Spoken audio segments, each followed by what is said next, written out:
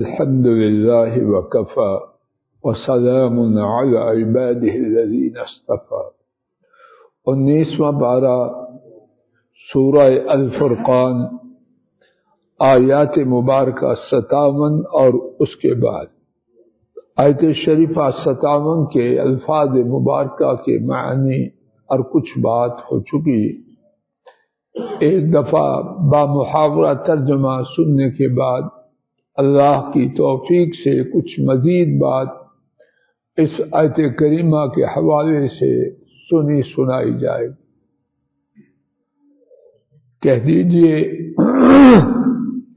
میں اس پر یعنی اس دعوت و تبلیغ کے کام پر آپ سے کوئی معاوضہ نہیں طلب کرتا، مگر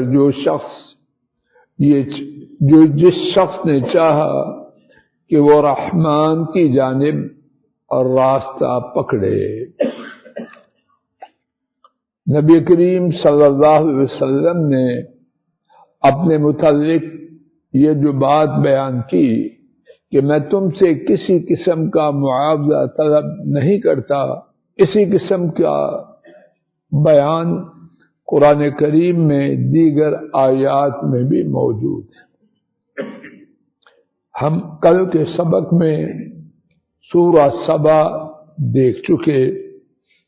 آئیے اب سورہ الطور آیت شریفہ 40 ام تسألہم اجرا فہم من مغرم مثقلون، کیا آپ ان سے کوئی مزدوری طلب کرتے ہیں تو وہ چٹی کے تلے بوجھ میں دب رہے ہیں۔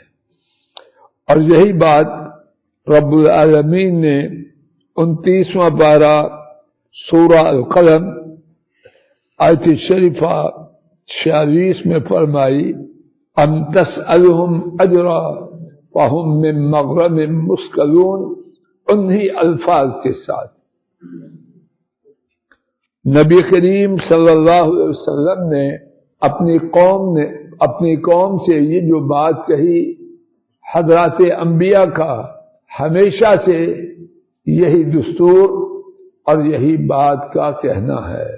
میرے ساتھ حضرات انبیاء نوح، ہود، صالح، لوط اور شعیب، 5 حضرات انبیاء، ان کے اقوال جیسے کہ قرآن کریم میں اللہ نے بیان کیے وہ دیکھ لیجیے۔ سورہ الشعراء آیت شریفہ 109 وما اسألکم علیہ من اجر، جگہ مل گئی ہے۔ اور یہ ذکر ہے سیدنا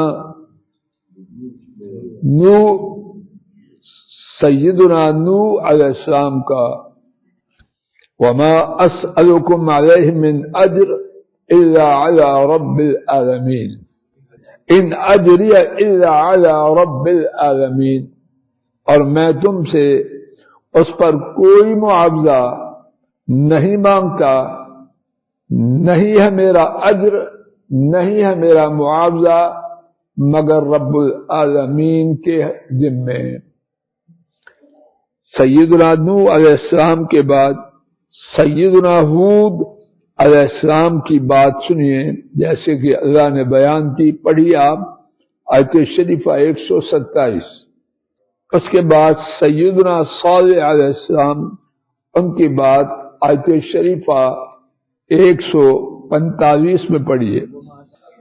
اس کے بعد سیدنا لوط علیہ السلام کی بات آیت شریفہ 164 میں پڑھیے، اور اس کے بعد سیدنا شعیب علیہ السلام کی بات آیت شریفہ 180 میں پڑھ لیجیے۔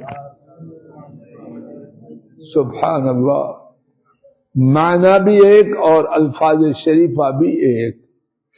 اب کل کے سبق میں یہ عرض کیا گیا کہ حضرت صلی اللہ علیہ وسلم کو جھٹلانے والوں کی حماقت کا ذکر کیا جا رہا ہے۔ جو بات بتلا رہے ہیں اپنے فائدے کے لیے، ان کے فائدے کی ہے۔ نیکی کرو کامیاب ہو جاؤ، بدی نہ کرو دنیا میں بدبختی سے اور آخرت میں عذاب سے بچ جاؤ۔ اور اس سارے سبق پر کوئی چیز ان سے نہیں مانگتے تو پھر اس کے باوجود وہ نبی کریم صلی اللہ علیہ وسلم کو جھٹلاتے ہیں۔ دین سے پھرنے والا ہر شخص، چاہے کتنا کوالیفائڈ ہو، کتنی زیادہ اس کے پاس ڈگریاں ہو، جب پٹری سے اترتا ہے تو اس کی بات سراپائے حماقت اور بے وقوفی ہو۔ سورہ دوسرے پارے کے شروع ہی سے اللہ نے کہا کہ یہ بے وقوف کیا کہیں گے؟ اللہ کے حکم پر تنقید کریں گے کہ قبلہ کیوں پھیر دیا۔ یعنی ان کا گمان یہ ہے کہ یہ بات عقل کے، دانشمندی کے خلاف ہے۔ اللہ پاک نے ان کا نام ہی کیا رکھا؟ سَيَقُولُ السُّفَهَاءُ، میں آپ ہوش کرویں، جہاں بھی شریعت کے بغیر کوئی بولے، وہ کوئی ہو، پروفیسر ہو، ڈاکٹر ہو، کیا بنے، وہ احمق ہے، بے وقوف ہے۔ آیت کریمہ آئیے سبق کی طرف۔ إِلَّا مَنْ شَاءَ أَن يَتَّخِذَ إِلَىٰ رَبِّهِ سَبِيلًا۔ ارشاد اللہ کریم نے فرمایا کہ آپ یہ کہیں کہ میں اپنے سبق کی طرف آئیے ڈاکٹر صاحب، صفحہ 366 سورہ الفرقان آیت شریفہ 57 19واں پارہ 365۔ إِلَّا مَنْ شَاءَ أَن يَتَّخِذَ إِلَىٰ رَبِّهِ سَبِيلًا، مگر جو شخص چاہے کہ اپنے رب کی طرف راستہ بنائے۔ اس کے دو معنی بیان کیے گئے ہیں جو میرے علم میں آئے ہیں اور دونوں ہی شاندار۔ ایک معنی یہ ہے کہ میں تم سے تو کچھ نہیں مانگتا، لیکن یہ چاہتا ہوں کہ کوئی رب کی راہ کو پکڑنے والا آ جائے۔ کیا ہے اس میں معاوضہ؟ کیا ہے کہ جب وہ میرے کہنے پر رب کی راہ کو پکڑے گا تو جتنا اجر و ثواب اس کو ملے گا اتنا مجھ کو ملے گا، اور یہ اس کی طرف سے نہیں، اللہ کی طرف سے، اور یہ اس کے اجر میں سے نہیں کہ اس کے اجر میں کچھ کمی ہو، کہ اللہ پاک نے جو اس کو دینا ہے وہ دینا ہی دینا ہے، مجھے اپنی رحمت سے اتنا ہی اجر و ثواب مل جائے۔ جو چیز کہی ہے کہ چاہیے مجھے، جو چیز چاہیے وہ بھی کیا ہے؟ اس سے کچھ نہیں لینا، اللہ سے لینا ہے، اور اللہ سے جو لینا ہے اس سے اللہ پاک نے اس کے حصے میں کمی نہیں کرنی، اس کا حصہ جیسے تھا ویسے کا ویسے۔ بات واضح ہوگی۔ دوسرا معنی، مگر جو شخص چاہے کہ اپنے رب کی طرف راستہ بنائے، مراد یہ ہے لیکن، اللہ یہاں بمانا لیکن، یعنی اللہ کو راضی کرنے کے لیے اپنے مال کو اٹھانا چاہے، خرچ کرنا چاہے، کرتا رہے، مجھے نہیں کچھ چاہیے۔ اگر اس نے کچھ دینا ہے اللہ کی راہ میں، دیتا جائے اپنے فائدے کے لیے، میرا اس سے کوئی تعلق نہیں۔ خلاصہ، ہر دو صورت میں نبی کریم صلی اللہ علیہ وسلم اپنی دعوت کے مقابلے میں، اپنی دعوت کے بدلہ میں کچھ نہ مانگتے تھے۔ یہاں ایک سوال ہے، اللہ کرے کہ کچھ ٹھیک بات کہہ پاؤں، کیا دین کے کام کرنے والوں کو تنخواہ لینی چاہیے کہ نہیں لینی؟ اس سے تو بظاہر یہی ہے نہیں لینی چاہیے، لیکن دیگر نصوص سے یہ معلوم ہوتا ہے اگر کوئی شخص تنخواہ لے تو انشاءاللہ اس میں کوئی حرج نہیں، لیکن نیت سیدھی ہو سے بات کر رہا ہے، خطبہ دے رہا ہے، درس دے رہا ہے، معاوضہ لینا ہے، لیکن نیت درس کے دینے، خطبہ کے دینے میں یہ نہ ہو کہ میں اس سے پیسے بناؤں۔